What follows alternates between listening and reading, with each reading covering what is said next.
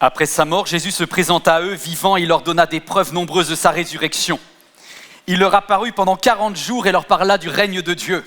Il leur recommanda de ne pas quitter Jérusalem, mais d'y attendre que son Père leur accorde le don qu'il leur avait promis.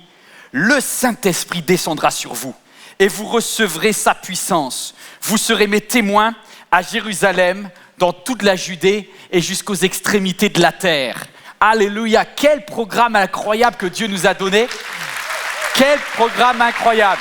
Si tu as, toi qui regardes cette vidéo, toi qui es présent en salle, un jour, fais ce choix de dire « Jésus, je mets ma foi en toi, je crois en toi », alors il te donne une consigne, il te dit « Je veux que tu sois mon témoin ».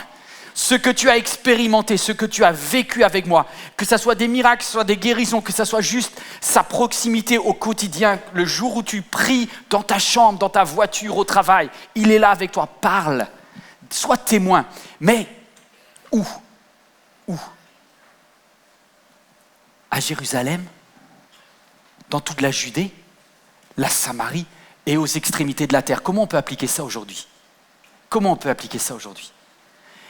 Et je voudrais vous parler de cette mission incroyable que moi, en tant que pasteur de l'église MLK, mais que toi, ici, toi qui regardes cette vidéo ou présent en salle, on a en commun. On a une mission en commun.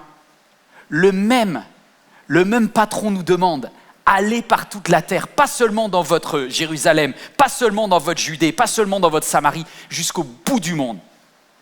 Et du coup, le problème que l'on a, c'est, est-ce que, Seigneur, concrètement, ça veut dire que cette église doit être capable de se repenser et d'aller plus loin. Le titre que je voudrais voir avec vous aujourd'hui, c'est « Une église plus proche de vous ». Une église plus proche de chacun. Et je parle particulièrement à toi qui regardes cette vidéo. Je parle aussi à ceux qui sont en présentiel, mais vous êtes sur place à Paris, on est déjà proche là. Mais pour toi qui regardes, je rêve, Martin Luther King dirait « J'ai fait un rêve que l'église MLK vienne jusqu'à toi ». Et c'est pas évident, parce qu'en vrai, c'est compliqué. Dès qu'on a envie d'appliquer pourtant une consigne de Jésus, le cœur le veut, mais dans la pratique, c'est compliqué. Alors, grand 1, ce qui nous empêche, ce qui m'empêche, ce qui empêche d'aller vers vous.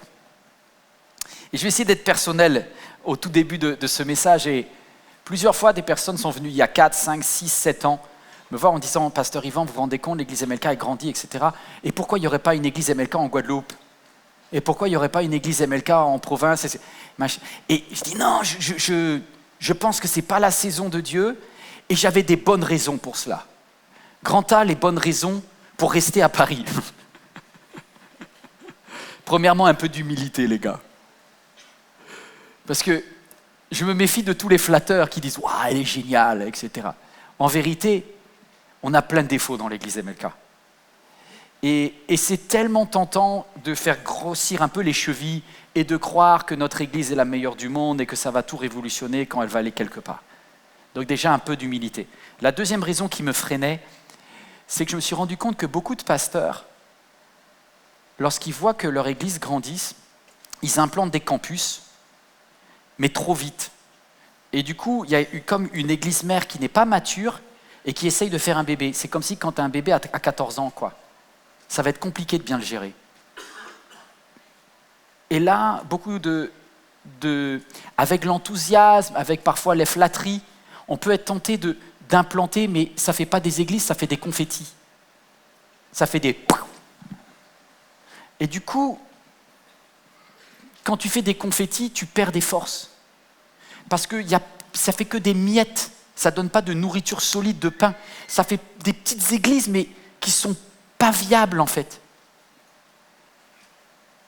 Et puis je me suis rendu compte que l'église primitive non plus ne l'a pas fait. Au début, alors je me suis dit, je fais comme eux. Dans Acte 2, ils ont dit restez local. Très local. C'était à Jérusalem. Et du coup, voici ce qui est écrit dans Actes au début. Tous ceux qui étaient devenus croyants vivaient dans une parfaite unité de cœur et d'esprit. Personne ne prétendait être propriétaire de ses biens. Ils partageaient tout ce qu'ils avaient. Vous savez ce qui est bien lorsqu'on est hyper local, c'est qu'on connaît tout. Tu connais le nom de Jacqueline, mais tu connais même le prénom du chien de Jacqueline. Parce que vous êtes tellement proches dans une petite église où il y a 12, 13, 15, 20, 30 personnes, même jusqu'à 40, 60, ça va encore. Tu connais toutes les histoires de tout le monde. Il y a une super communion. L'importance de la communion fraternelle, ça c'est la force de l'église locale. C'est qu'on partage ensemble. Bon, l'église primitive, ils sont un peu loin, ils sont devenus quasiment communistes, t'as vu? Ils ont tout filé en même temps, la propriété et tout. Moi, je ne connais pas d'église qui ont fait ça sur la terre, mais bon. Il y a quand même cette idée de, quand on est petit, on s'aime plus. Et c'est vrai. D'ailleurs, acte 2, ils grandissent fort, et puis après, ils restent ensemble. Ils se font des bisous dans acte 3, ils se font des bisous dans acte 4, ils se font des bisous dans acte 5. Tout va bien. C'est un petit cocon. Et au début, l'église, elle est elle est hyper fraternelle. Sauf que, bienvenue sur la terre. C'est un mythe de croire que quand l'église reste dans un lieu, les problèmes ne vont pas venir. Partout où il y a des êtres humains, il y a des conflits. Voici ce qui arrive dans Acte 6. En 4 chapitres, ça n'a pas tardé, 4 chapitres. 4 chapitres après, je vous invite, on fait comme si, on va saucissonner tout le livre des Actes des Apôtres. On va regarder comment ça a évolué. Comme ça, on va comprendre combien c'est biblique. Dans Acte 2, ils reçoivent le Saint-Esprit, ils décident d'être local. Acte 3, ils restent. Acte 4, ils restent. Acte 5, ils restent. Acte 6, ils se disputent. À cette époque-là, comme le nombre de disciples ne cessait d'augmenter, les tensions surgirent entre les disciples qui venaient de la culture grecque et ceux qui venaient de la culture juive. Je pense qu'ils n'aimaient pas la même louange. Non mais c'est sûr. Puis les Grecs disent, nous on veut plus fort. Les Juifs ils disent moins fort. Dans les synagogues c'est moins fort. Les Grecs ils disent les hommes et les femmes mélangés. Les Juifs ils disent non, les femmes à part. C'est plus chrétien, c'est plus classe, c'est plus cachère. Il y en a qui disent, on mange ça. Non, on mange pas ça. Non, la Sainte Seine c'est tous les dimanches. Non, c'est aussi les jours là. Bienvenue dans l'église. Et nous, à MLK, on fait fort, parce qu'on a choisi pas seulement d'intégrer des Juifs et des Grecs, mais on a intégré des Bretons avec des Antillais, des Camerounais avec des Américains. Alors ça donne quelque chose de sympa. Et donc les premiers se plaignaient de ce que leurs veuves étaient défavorisées lors des distributions quotidiennes. Donc dès l'église primitive, ils sont entre soi. On peut se dire, comme ils s'aiment, eh ben, il n'y aura pas d'embrouille. Il y a des embrouilles. Du coup, est-ce que je peux avoir des personnes qui m'aident là, toi qui regardes là, toi qui es dans la salle, donner un conseil aux apôtres. Comment faire pour éviter les embrouilles? Éviter c'est impossible. Pour bien réguler, bien régler les problèmes. Qu'est-ce que vous leur proposez de faire? Parce qu'au début, l'église primitive, c'est tranquille, chacun fait ce qu'il veut. Donc qu'est-ce qui se passe? Il y a trop de problèmes. Un peu de coaching, là, qu'est-ce que vous considérez? Comme toute institution humaine, faites des chefs. Et c'est comme ça qu'ils ont commencé, parce qu'au début il y avait les apôtres et les autres, et puis ils ont commencé à instituer des diacres, et avec des responsables qui servent aux tables. Et donc vous voyez que dès le début, la solution, pour réduire le nombre de conflits, c'est de faire une hiérarchie. Je vous parle ou pas? Donc la plupart des églises commencent avec le feu, le zèle, le Saint-Esprit, et au bout de quelque temps, un mécanisme naturel humain, pour réguler les conflits, on met en place des positions. Toi, on te nomme un tel, toi, tu deviens la responsable de la chorale, toi, tu es le... Je ne dis pas que c'est bien, je ne dis pas que c'est mal, je dis que c'est un fait. On structure, et en structurant, voilà ce qui se passe. On passe d'une église qui était vivante et qui était super intégrante, qui faisait que tous les gens de Jérusalem intégraient l'église, en 3 chapitres. Regardez ce qui se passe. Alors, ils ont mis des process en place, ils ont mis des règles, ils ont dit, attention, la louange, elle commence à cette heure-là, elle doit finir à cette heure-là, attention, on ne fait pas n'importe quoi, Ils ont mis plein de process.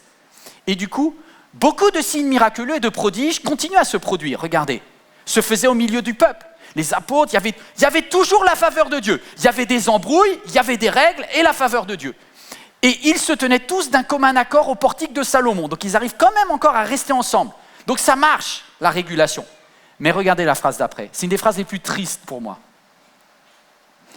Personne d'autre n'osait se joindre à eux. Le peuple était né en grande estime. C'est-à-dire qu'au bout d'un moment, l'église est devenue un club. La première église, l'église de Jérusalem, était très très bien. Il y avait des miracles, il y avait des prodiges, mais c'était un club fermé. Ils ont réussi à commencer avec la multitude Et en l'espace de 3 chapitres, ils sont déjà devenus un club fermé. Plus personne ne rentre dans le club. Tout le monde trouve ça pas mal, mais ils n'ont pas la carte du club. Grand B. Voici les mauvaises raisons pour lesquelles on reste bloqué dans un endroit. Premièrement, parce que les chrétiens sont, pas que les chrétiens, les musulmans aussi, les juifs aussi, les bouddhistes aussi, sont profondément conservateurs. En fait, toutes les religions sont conservatrices. C'est ainsi. Pourquoi ? Pourquoi les religions sont conservatrices ? Parce que chaque religion est basée sur le fait de dire « j'ai la vérité, je suis élu, je fais partie de l'élite qui a compris quelque chose de Dieu, donc on est un peu mieux que les autres quand même. Hein. Non, mais toutes les églises sont bonnes, mais on est mieux quand même. C'est cette mentalité-là. Mais si vous allez à la synagogue, qu'est-ce qu'ils vont vous dire ? On a la vérité. On a la vérité. Abraham, Isaac, Jacob, c'est les papas à nous. Les autres, ils ont fait des copies. Nous, on a la vérité. Nous, on est juifs, la vérité. Après, vous avez les musulmans. Sur le Coran, on a la vérité. On a la vérité. Voilà, on a la vérité. C'est tout. Les autres, c'est correct, c'est des religions, peut-être des frères, mais on a la vérité.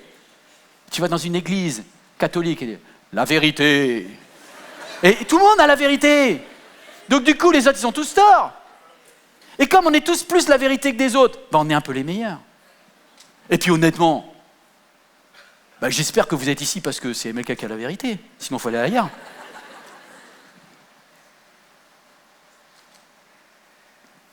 Au bout d'un moment, on devient tous orgueilleux. Et plus on est entre soi, et plus on devient orgueilleux. T'as la carte du club ? T'es pas un adhérent ? T'es pas évangélique, pentecôtiste, charismatique ? Ah, t'es pas un vrai. Et c'est ça qui, je pense, ça fait pleurer le cœur de Dieu. Parce qu'au bout d'un moment, l'église de Jérusalem, il leur avait dit quoi ? Il avait été très clair, le patron.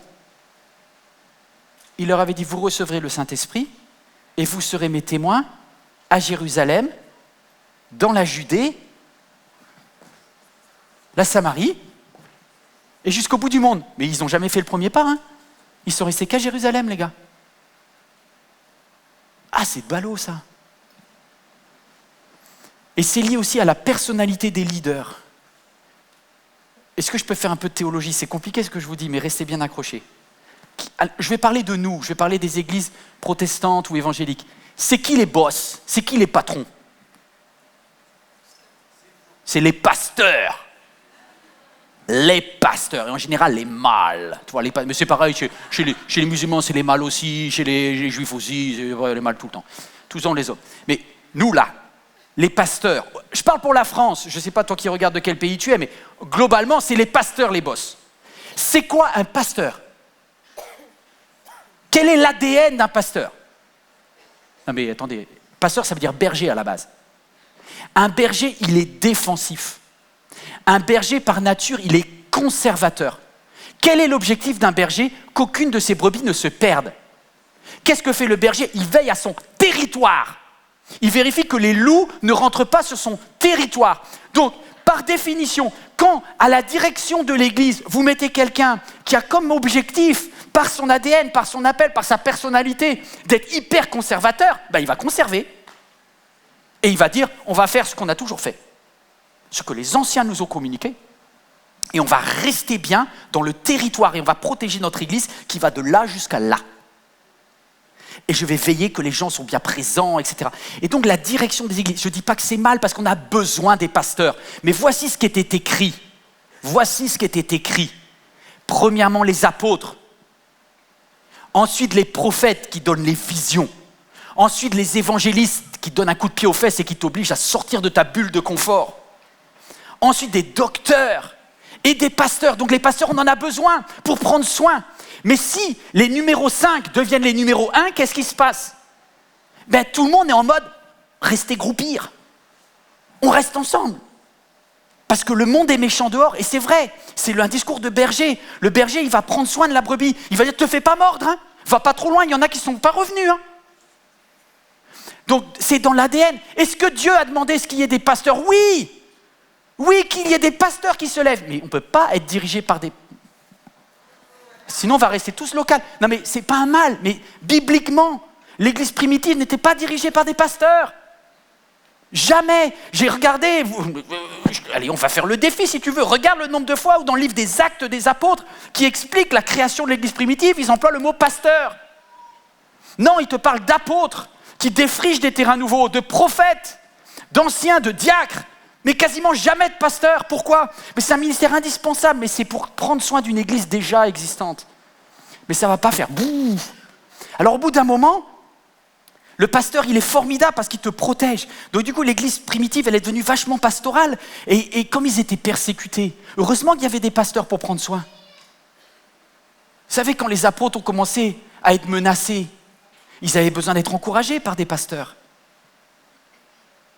Ça, c'est dans Actes 4, verset 3. Ils ont reçu des menaces. Dans Actes 5, ils reçoivent même des coups de fouet. Dans Actes 5, toujours, ils vont en prison.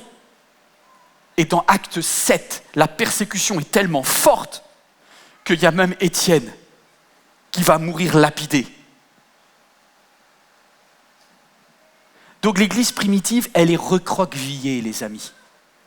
On est parti dans Acte 2 d'une église qui avait un objectif d'aller dans le monde entier, et on se retrouve dans une église qui est centrée sur Jérusalem, qui n'a pas bougé, et qui est en train de souffrir tout en étant hyper locale.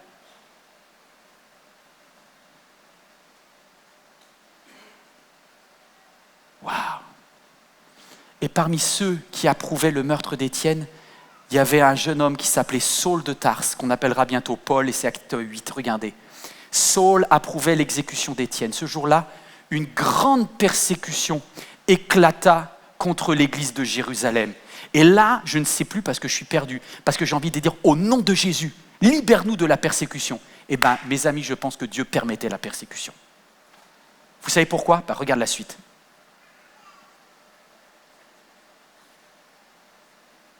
Tous, à l'exception des apôtres, se dispersèrent dans diverses régions de Judée et de Samarie.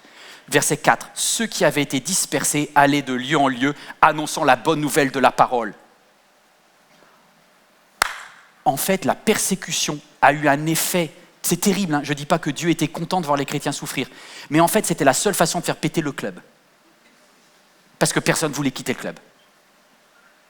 Et ils étaient devenus une église formidable, avec des miracles, des guérisons, mais auto-centrés.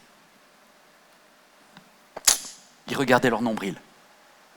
Et la persécution a bouleversé. Et en fait, à partir de Acte 8, on recommence un Acte 2. Acte 8, l'Église rentre enfin dans cette dimension. Et d'ailleurs, ils vont commencer à faire ce qui était nécessaire, aller dans toute la Judée. Et au verset 5 de ce chapitre d'Acte 8, il est dit que Philippe descendit dans la ville de Samarie et il y prêcha le Christ. Amen.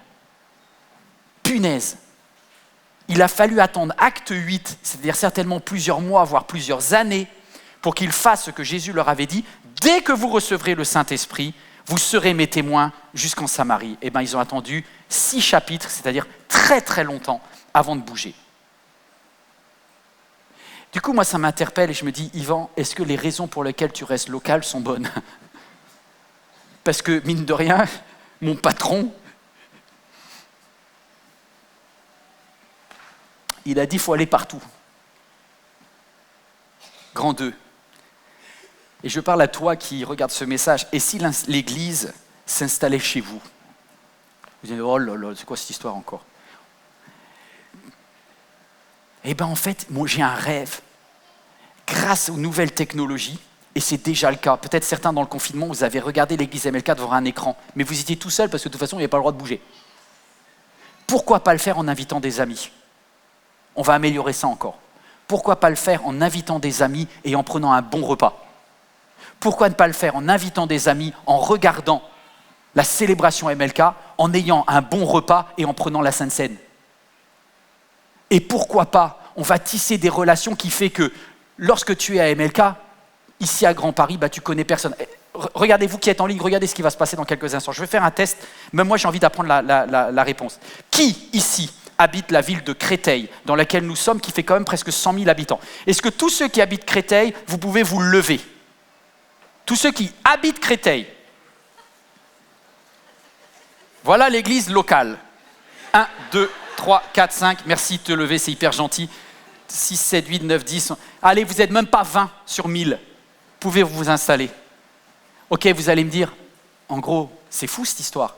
Maintenant, je vais vous poser une deuxième question. Qui c'est qui habite le département? Juste pour savoir, vous ne connaissez peut-être pas, vous qui regardez, mais le département, le 94, c'est 1,3 million d'habitants, d'accord?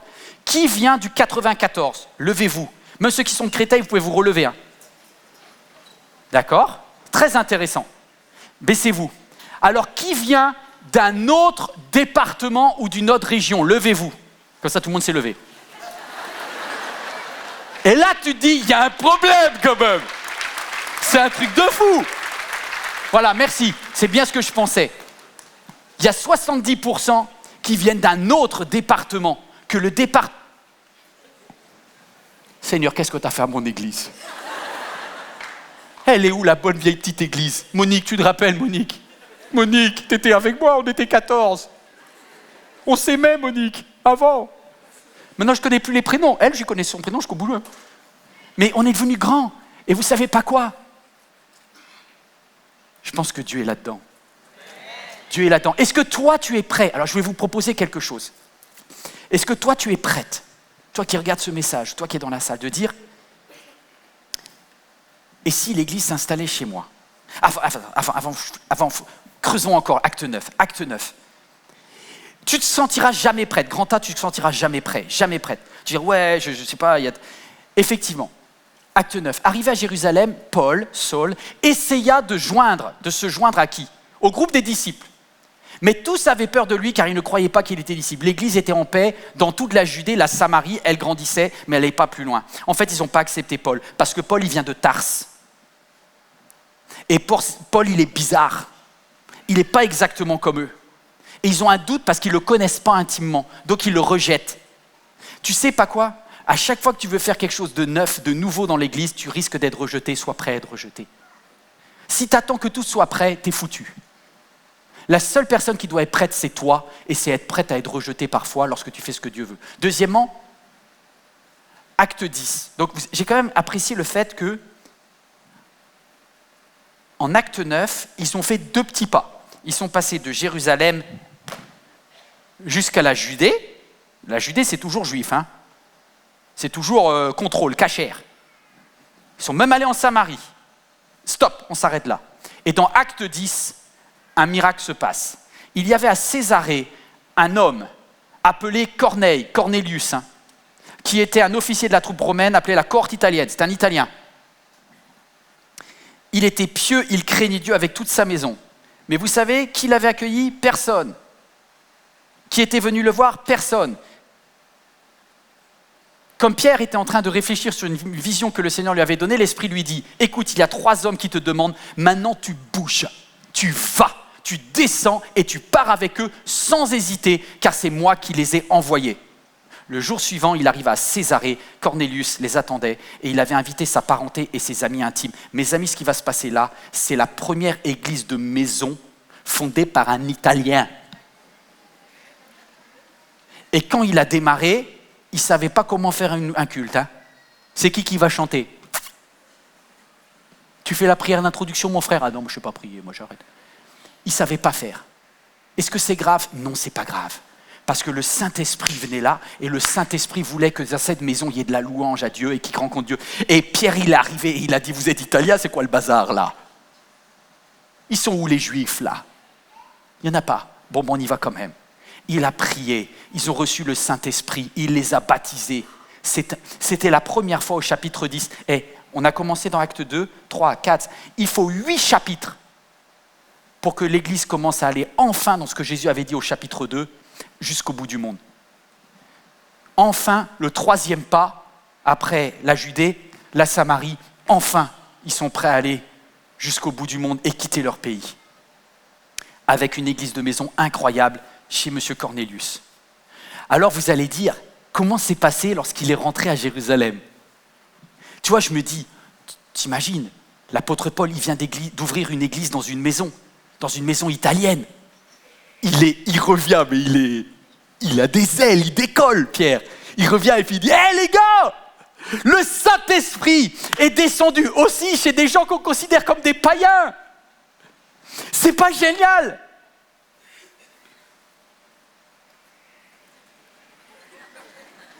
Non, c'est pas génial. Regardez, lorsque Pierre monta à Jérusalem, tous ceux qui étaient circoncis lui adressèrent des félicitations chaleureuses. Lisez le texte. Des quoi? Des reproches. Tu es entré chez des incirconcis et t'as mangé avec eux. Mais qu'on s'en fout. La petite fille là, elle a donné son cœur à Jésus, elle parle en langue, elle est baptisée. Ouais, mais t'as mangé du porc. Et c'était pas Shabbat. Parce qu'au niveau théologique, là, il y a des compromis, frère. Je pense qu'il faut qu'on fasse un conseil de discipline, monsieur. Parce que si toi, Pierre, tu pars en vrille, on va te remettre dans le droit chemin, dans la ligne des anciens. Abraham, Isaac, Jacob. Vous savez ce que ça a eu comme conséquence? Moi, ce que je pense, ça fait perdre des années à Pierre. Ça a coupé les jambes de Pierre. Et ça a tellement coupé les jambes de Pierre, c'est qu'après, il n'y va plus. Regardez dans Acte 11, c'est plus Pierre qui bouge. Dans Acte 12, c'est plus Pierre. Pierre, il retourne à Jérusalem, il est penaud, ils l'ont fracassé. Il a eu son huis clos, il a été convoqué, il a perdu toute sa joie, il a perdu toute sa passion pour les âmes, il n'a plus envie de parler de Dieu, il est en train de s'occuper du petit club de Jérusalem qui sont tous des super saints et il passe à côté de sa vie. Parce que maintenant, il veut rester dans l'église parfaite. Mais il n'y a pas d'église parfaite. Sois prêt à être critiqué si tu sers Dieu. Et en fait, beaucoup d'entre vous, il y a des projets sur vos cœurs, mais vous ne les ferez jamais parce que vous avez peur de ce que les autres vont dire. Eh bien, Dieu du ciel, il voit ça. Et je pense que Dieu, il se dit quand même, « Hé Pierre, qui c'est qui t'a dit d'y aller? C'était moi. Je t'ai dit, vas-y sans hésiter.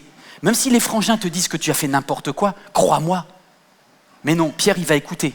Bon, au nom de la soumission, c'est peut-être bien aussi, mais n'empêche qu'il va arrêter son ministère. Vous savez ce que Dieu va faire? Il va dire, « Ok, tu ne veux plus y aller, je vais lever quelqu'un. » Tu sais, le gars qui était le pire d'entre tous, là, le monsieur Saul de Tarse, qui était un tueur de chrétiens, je vais le retourner. Et c'est lui qui va devenir l'apôtre, qui va vraiment jusqu'au bout du monde, puisque toi, tu ne veux plus y aller. Et c'est comme ça qu'en Acte 11, ceux qui étaient dispersés allèrent jusqu'à Antioche. Ils n'annonçaient plus la parole au début, ils annonçaient la parole qu'aux Juifs, mais au verset 20, cependant, certains d'entre eux vinrent à Antioche et s'adressèrent aussi aux non-juifs. Alléluia, j'ai une chance, les Bretons. Et nous annoncer la bonne nouvelle du Seigneur Jésus. La nouvelle parvint aux membres de l'église de Jérusalem. Enfin, bougez-vous les gars! Et ils envoyèrent Barnabas jusqu'à Antioche. Barnabas se rendit ensuite à Tarse, au bout du monde, pour aller chercher Saul, c'est-à-dire Paul. Et quand il l'eut trouvé, il l'amena à Antioche. Et c'est à Antioche que pour la première fois, les disciples furent appelés chrétiens. Pourquoi ils sont appelés chrétiens? Parce qu'ils étaient multi-origines. C'est la première fois que des personnes qui venaient de Tarse et de partout arrivaient à louer Dieu. Quand des Antillais arrivent à louer avec des personnes qui viennent d'Asie, avec des personnes qui viennent d'Afrique, avec quelqu'un qui vient d'Europe, c'est là qu'on se fait appeler chrétien. Parce qu'on se dit que ce qui nous unit est plus grand que ce qui nous divise. Et c'est ça le début du christianisme. Et c'est ça qui va faire que, à cette époque-là, ouais, mais on a perdu 15 ans. 15 ans. J'ai regardé les dates. La première mission de l'apôtre Paul, il va partir en l'an 47. Ça fait entre 14 et 15 ans de perdu, entre le moment où Jésus leur avait donné l'ordre, aller jusqu'au bout du monde. Ils ont mis 15 ans à se bouger. Combien d'années de vie tu veux perdre? Combien d'années de vie tu veux perdre pour bouger? Pendant qu'ils étaient en train de rendre un culte au Seigneur et qu'ils jeûnaient, le Saint-Esprit dit, « Mettez-moi à part Barnabas et Saul pour la tâche à laquelle je les ai appelés. » Alors après avoir jeûné et prié, imposé les mains sur eux, ils les laissèrent partir. Mais pour un pasteur, c'est un crève-cœur de laisser partir. Laisse partir. Par contre, il ne faut pas partir en confetti, les amis. Il ne faut pas partir avec orgueil en disant « Ouais, j'ai le ministère international qui n'a pas été reconnu. » Non, mais déjà, c'est les autres qui doivent reconnaître ton ministère. Tu ne t'auto-proclames pas ceci, cela. Mais quand le Saint-Esprit parle, tu fonces. et tu vas avec une équipe, tu ne pars pas tout seul. Sois prêt à faire équipe avec d'autres. Parce que Dieu n'a pas envie d'avoir des petits futurs dictateurs qui commencent à créer des églises. Hein. Il a besoin des personnes qui savent collaborer en équipe. Et si, ensemble, on construisait des églises avec vous? Ça, c'est mon rêve. Mais quel type d'église? Parce que concrètement, vous n'avez pas le temps de préparer un message le dimanche qui soit nourrissant assez. Et puis, ça sera bien 2 fois, mais honnêtement, la 3e fois, ça ne sera pas terrible. Quand vous aurez claqué toutes vos bonnes idées, au bout d'un moment, plus personne ne voudra vous écouter. C'est comme ça, c'est la vie. Dans les églises de maison, c'est super, mais au bout d'un moment, ça sent le renfermer quand même. C'est toujours les mêmes qui viennent. Alors au début, c'est passionnant, mais à la fin, on retrouve le même problème que de rester à Jérusalem. Ah. Donc il faut penser à un nouveau système. Et vous savez, là, j'ai eu une révélation. Vous voulez entendre une révélation? C'est bizarre, vous êtes prêts à vous accrocher? Vous savez que c'est des fois avec les choses folles de ce monde que Dieu nous montre combien des fois des personnes qu'on ne connaît pas, ils sont plus sages que nous. Avec ma femme, vous allez partir en vacances? Il y en a qui veulent partir en vacances? Pourquoi vous ne partez pas en vacances, les autres? Parce que c'est cher. Et objectivement, moi, l'été dernier, là, je n'avais pas prévu de partir en vacances. Parce que c'est cher. Et il y a une copine de ma femme qui a dit, ben nous on part, on va là, on va là, on va là. Moi j'étais là, oh, elle a de l'argent. Et ta copine? Et sa copine, tu veux connaître le secret? Airbnb. Et je dis, mais nous aussi on peut louer Airbnb, c'est cher. Non, non. Airbnb en tant que hôte, c'est-à-dire que tu reçois les gens chez toi, donc en gros tu loues ta maison à d'autres pendant que toi tu vas chez les autres, comme ça tu as les vacances à l'œil. Tu vois, juste par jalousie, ça m'a intéressé. J'ai dit, Nathalie, ça me tente cette histoire. Tu veux dire que si je loue ma maison à Créteil, ça peut m'offrir une maison dans le sud de la France? Moi, je prends, hein. Alors, ma femme, elle a dit, ouais, mais s'ils volent la télé, s'ils abîment le lit et qu'ils pètent les murs, tu sais, qu'ils font des enfants qui font des grabouilles. Je dis, oh là là, c'est dangereux. Et là, sur le site de Airbnb, j'ai vu tous les dégâts, etc., sont remboursés. Je dis, oh, ça c'est bien déjà. Ensuite, ma femme me dit, regarde, tu peux choisir qui tu prends.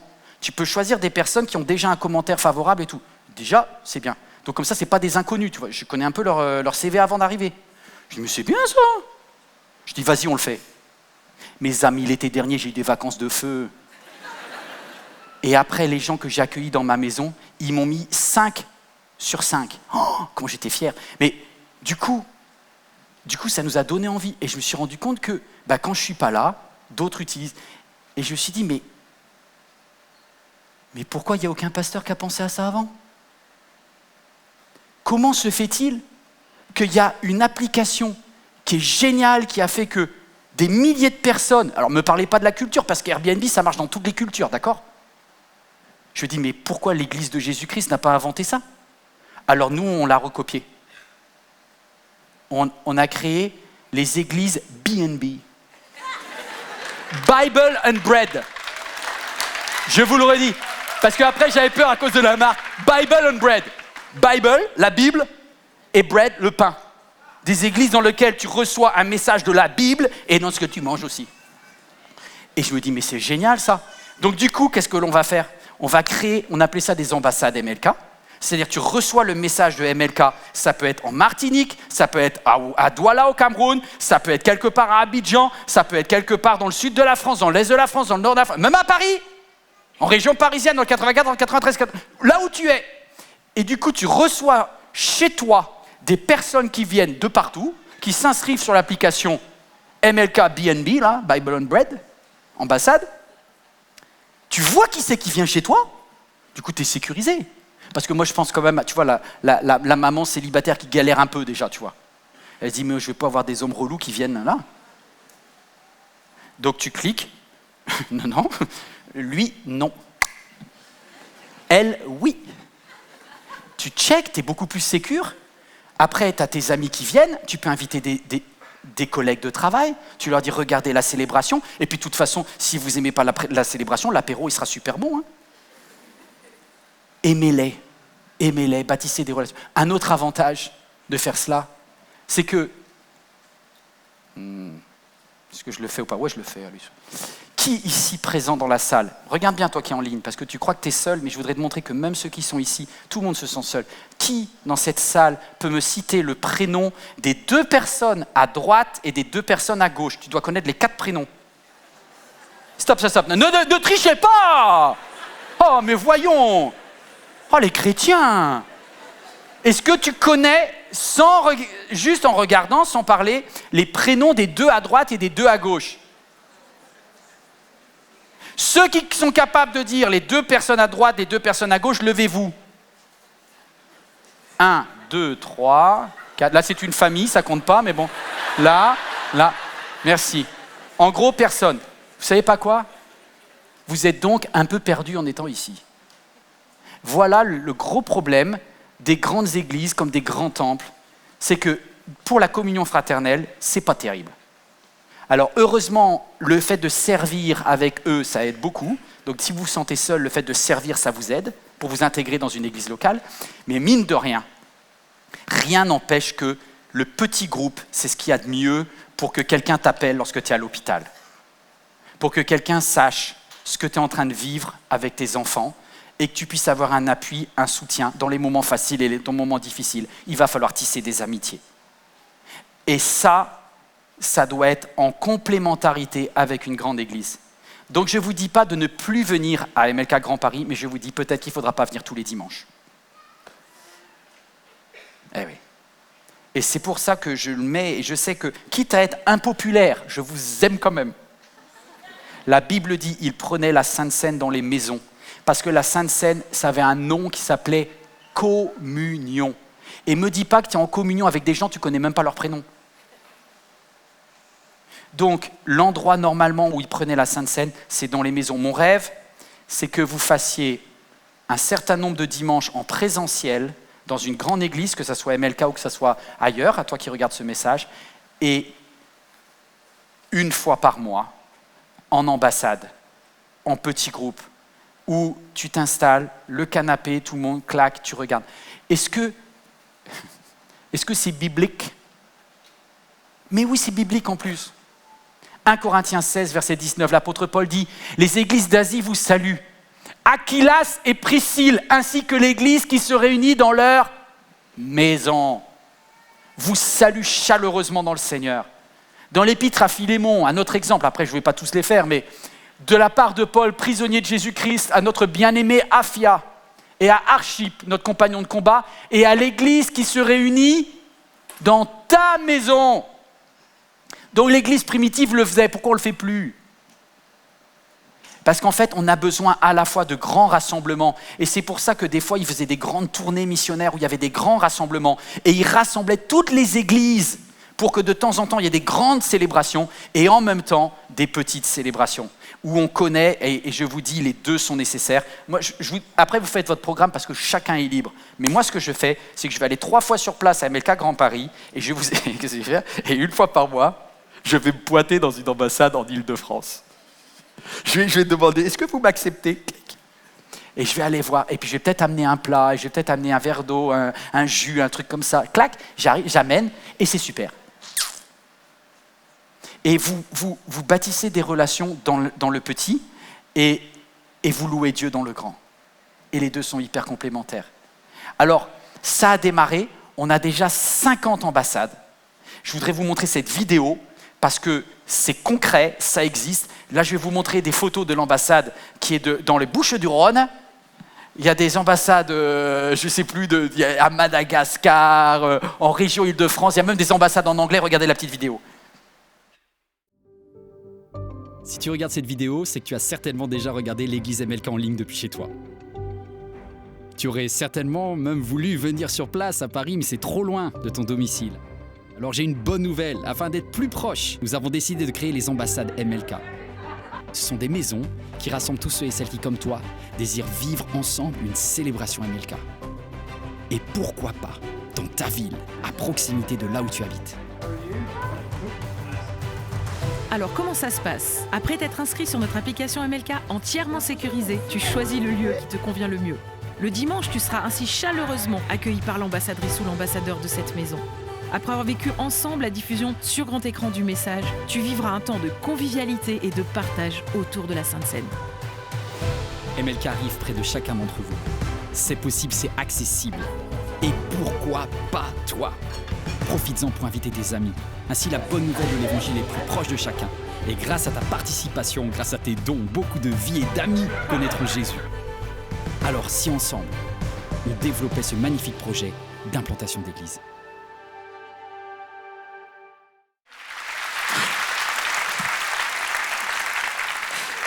Est-ce qu'on peut accueillir Rachel? Rachel, est-ce que tu peux venir? Rachel, c'est la directrice, c'est elle qui travaille. Bonjour à tous.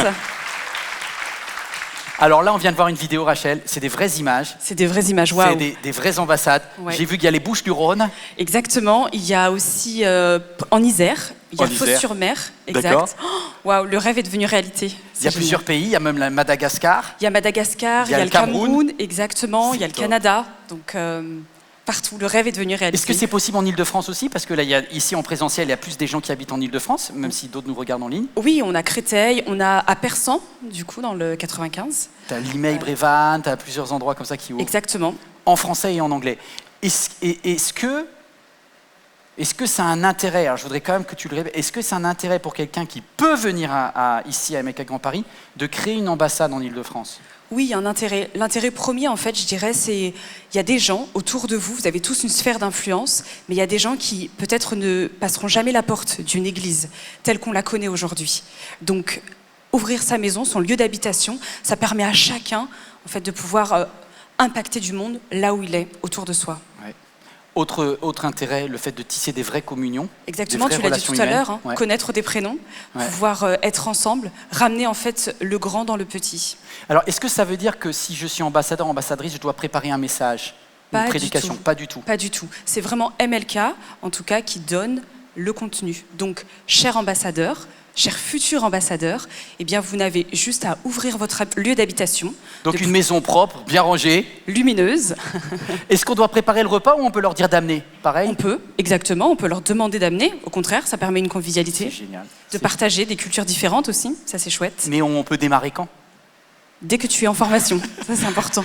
Alors la formation, c'est tous les combien de temps? La formation, c'est une fois par mois, mais pour ceux qui sont de l'Île-de-France, on peut faire une intensive en mai. Donc ceux qui veulent, ceux qui sont intéressés, si vous êtes de Paris, je vous donne rendez-vous le premier dimanche de mai, c'est le 7 mai. Le 7 mai, Et après le jeudi de l'Ascension. tout à fait. Si jamais vous êtes en ligne et que vous n'habitez pas l'Île-de-France, la nouvelle formation se démarre en octobre, le premier dimanche d'octobre. Le premier dimanche d'octobre, ce sera sur 8 mois, chaque premier dimanche du mois. C'est quoi le rêve? Quels sont les objectifs? Écoute, on aimerait en Île-de-France qu'il y ait 100 ambassades. Est-ce qu'on peut compter sur chacun de vous? Alors, il y en a Amen, déjà j'ai quelques-unes. Il y en a que... Moi, je ne savais pas quoi. On cherche des hommes et des femmes qui disent « je me lèverai ». Je réponds à prendrai. l'appel. Et on va vous aider, on va vous former. Donc le premier dimanche de mai, le jeudi de l'Ascension, c'est une grosse intensive avec 8 heures avec Eric et Rachel Dufour. Et Oui. on veut que l'Île-de-France soit constellée. Ne venez pas tous les dimanches à MLK. Je dois être le seul pasteur de France qui dit ça, c'est pas grave. Ne venez pas ici tous les dimanches, parce que je préfère que vous soyez un dimanche par mois acteur, en train de donner votre énergie pour sauver des vies. Complètement, et puis en plus, ça permet vraiment de mettre en action, c'est ce que tu disais tout à l'heure, moi et ma maison, nous servirons l'Éternel. Parfois, on se sert de Dieu, mais là, on vous donne l'occasion, la possibilité de servir Dieu. Et peut-être que vous le faites déjà et on vous en remercie. On vous en remercie. Que vous soyez en Île-de-France, que vous soyez en province, à l'étranger. Mais de pouvoir ouvrir sa maison, c'est de ramener une église MLK, en tout cas MLK, proche de vous, proche de chez vous. Alors, est-ce que ça a l'air d'être simple sur le concept? Et effectivement, c'est simple. C'est vrai. Ça a quand même des frais. Aujourd'hui, je remercie tous les ambassadeurs qui ont fait les cobayes. Hein. Il y en a 50, c'est ça? Il y en a 50 à ce jour. Ils ont payé eux-mêmes la nourriture, ils ont Ils ont ouvert leur accueilli. maison, le gaz, l'électricité, tout. Leur déplacement pour la Leur formation. déplacement pour venir, c'était vraiment, franchement, et les Un amis, très, très grand énorme merci. bisou. Maintenant, je voudrais, comme on a fait les tests et qu'on voit que ça marche, j'aimerais qu'on puisse aider. C'est-à-dire que créer une ambassade, une église de maison, ça prend quand même un peu d'argent. Oui, ça prend de l'argent sur les frais en fait d'électricité, de nourriture, même si on peut demander aux uns et aux autres de venir, mais tous ces frais-là s'engagent Et des frais de pasteur, pourquoi? pour pouvoir les accompagner, les visiter, ne pas les laisser en roue libre. C'est ça qui est aussi important. Alors, comprenez bien, vous n'êtes pas en charge de prendre soin spirituellement de toutes les personnes qui viennent dans votre maison, votre appartement. C'est ce qui facilite l'ouverture de Voilà. l'ambassade. Nous, on recrute des pasteurs Pour vous accompagner. pour qu'eux puissent prendre charge des gens qui sont dans votre maison ou dans votre appartement. Comme ça, vous avez quelque chose qui est plus léger. D'accord ? Et c'est pour ça que ça coûte aussi, parce qu'à chaque fois que plus votre ambassade elle grandit, plus on a du boulot derrière. Mais c'est bien. Donc du coup, tout ça, ça a un coût. Et puis aussi, mon rêve, c'est de faire comme l'apôtre Paul. On va en parler jeudi 4 mai. Prenez vraiment cette date, 4 mai à 21h. On va faire en direct, on va expliquer la notion de tournée missionnaire. C'est-à-dire que je voudrais qu'on puisse visiter. Il y ait des équipes qui tournent, des équipes mobiles qui viennent visiter chaque ambassade. Ça va être du boulot, hein. Et puis de pouvoir les connecter ensemble, parce que peut-être que dans une même ville, eh bien, il y aura une ambassade au nord, une ambassade au sud. Dans des endroits les plus reculés, on a l'exemple en Ardèche d'une famille qui a donc du coup une fromagerie et qui, eux, c'était beaucoup plus difficile en fait de rejoindre une église locale. Ouais. Et qu'est-ce qu'ils ont fait ?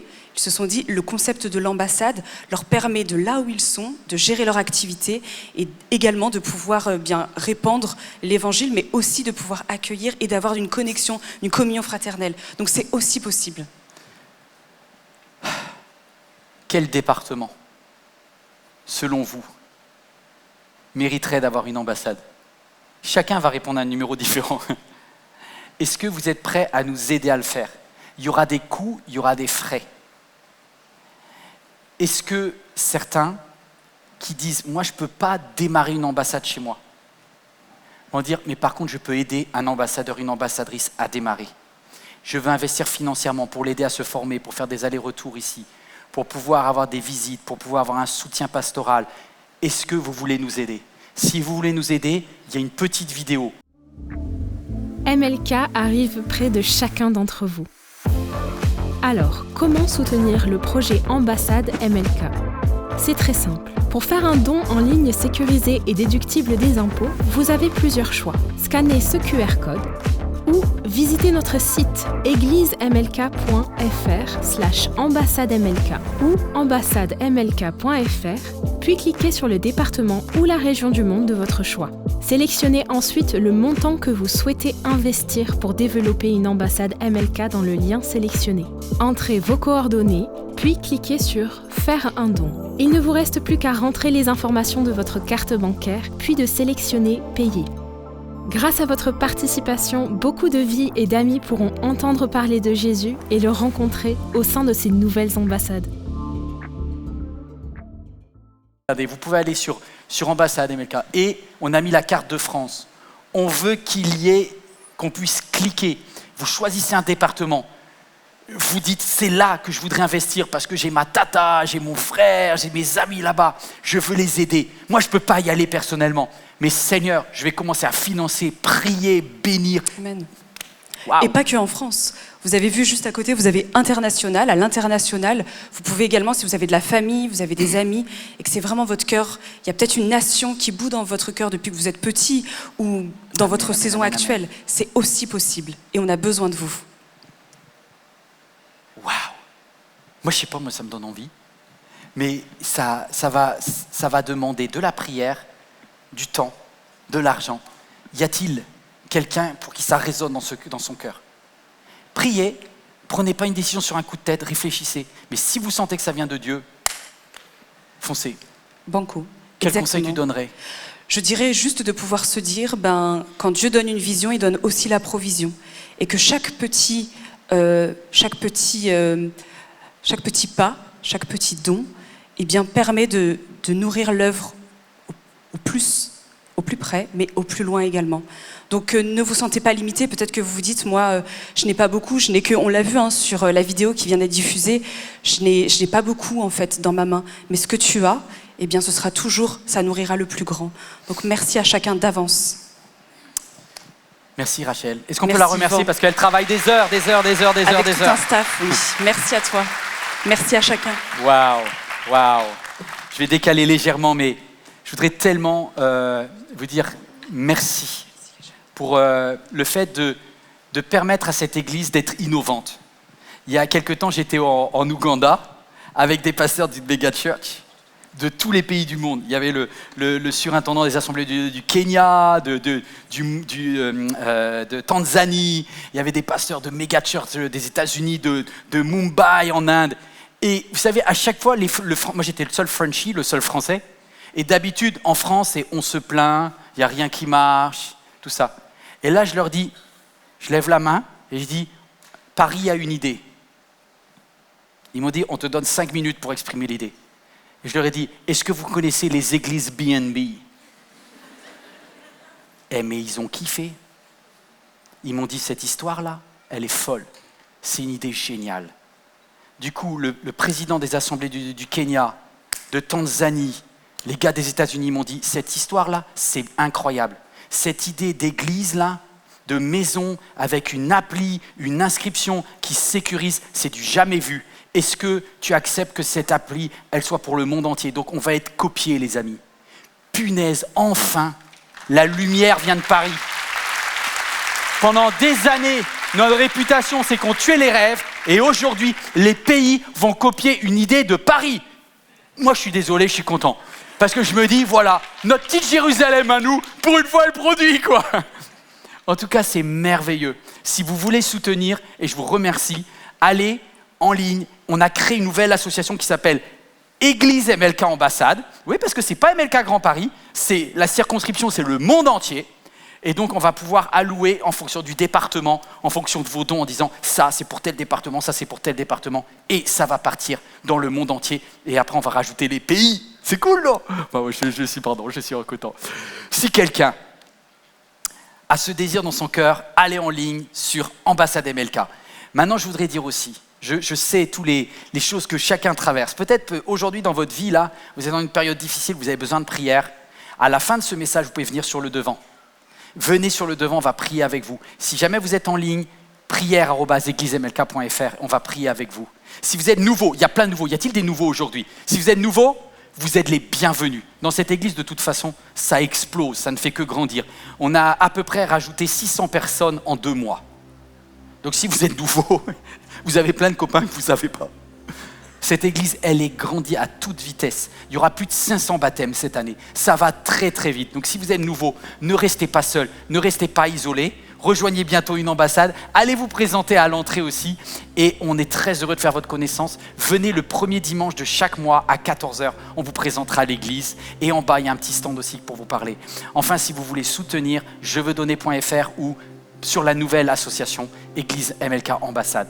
N'hésitez pas à liker, à transférer cette vidéo et on va se lever. Et on va dire merci Père, parce que tout ce que tu fais est parfait.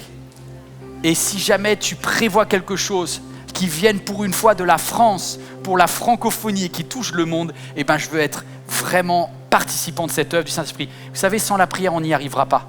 Si le Saint-Esprit n'est pas celui qui scelle ce programme, ça fera un flop. Est-ce que je peux avoir des personnes qui viennent et qui prient là, qui disent « Seigneur, agis ».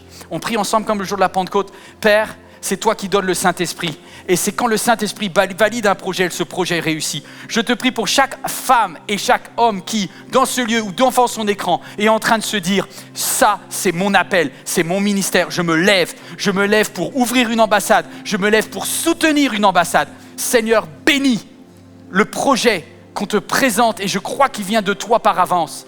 Donne de la faveur et donne de l'excellence pour que nos vies aient un vrai sens sur la terre. Au nom de Jésus, amen. Dis à ton voisin, j'ai comme un écho qui résonne, qui va de la France, qui va jusqu'en Afrique, qui part vers les îles, un écho qui va en Asie, un écho qui va aux États-Unis. Est-ce que l'amour de Dieu vous environne ? Alors tu dis à ton voisin, je suis super content d'être là, à côté de toi. Je connaîtrai ton prénom, dis-moi ton prénom peut-être. Toi qui es en ligne, écris-nous ton prénom. Et on va célébrer Jésus.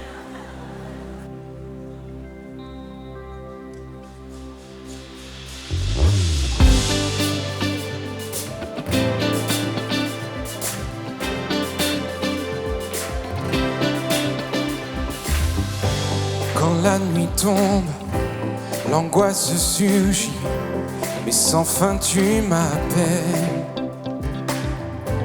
Quand ma foi faiblit et l'espoir tarit, tu es mon appui. Lorsque je suis là, découragé, Dieu, tu es tout.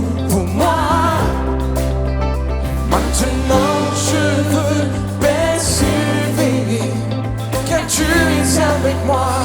Oui, tu es avec moi. Ton amour m'environne des mille plus haut. Il résonne dans mon âme. T'es l'âme écho. Ton amour m'environne des mille plus haut. Il résonne dans mon âme. T'es l'âme écho. L'écho en mon âme.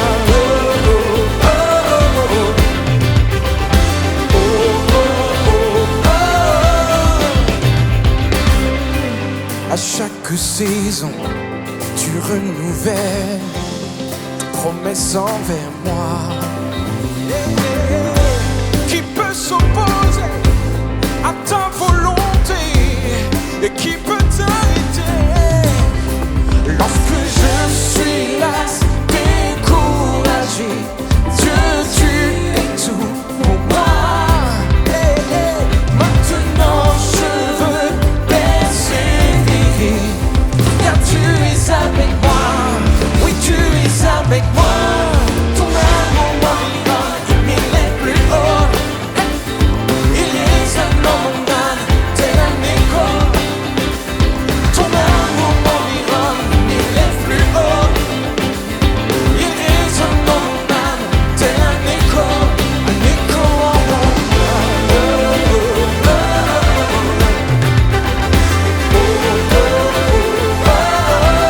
un écho en mon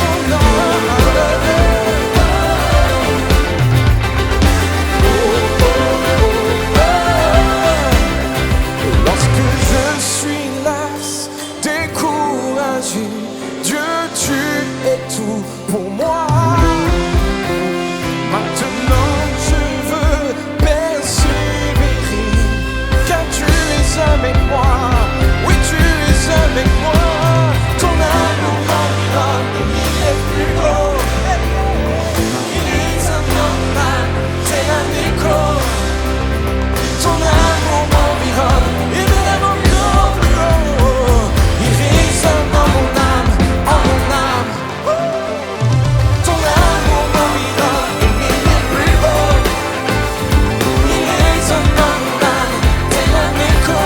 Ton amour m'environne, il est plus haut. Il résonne dans mon âme, tel un écho en mon âme.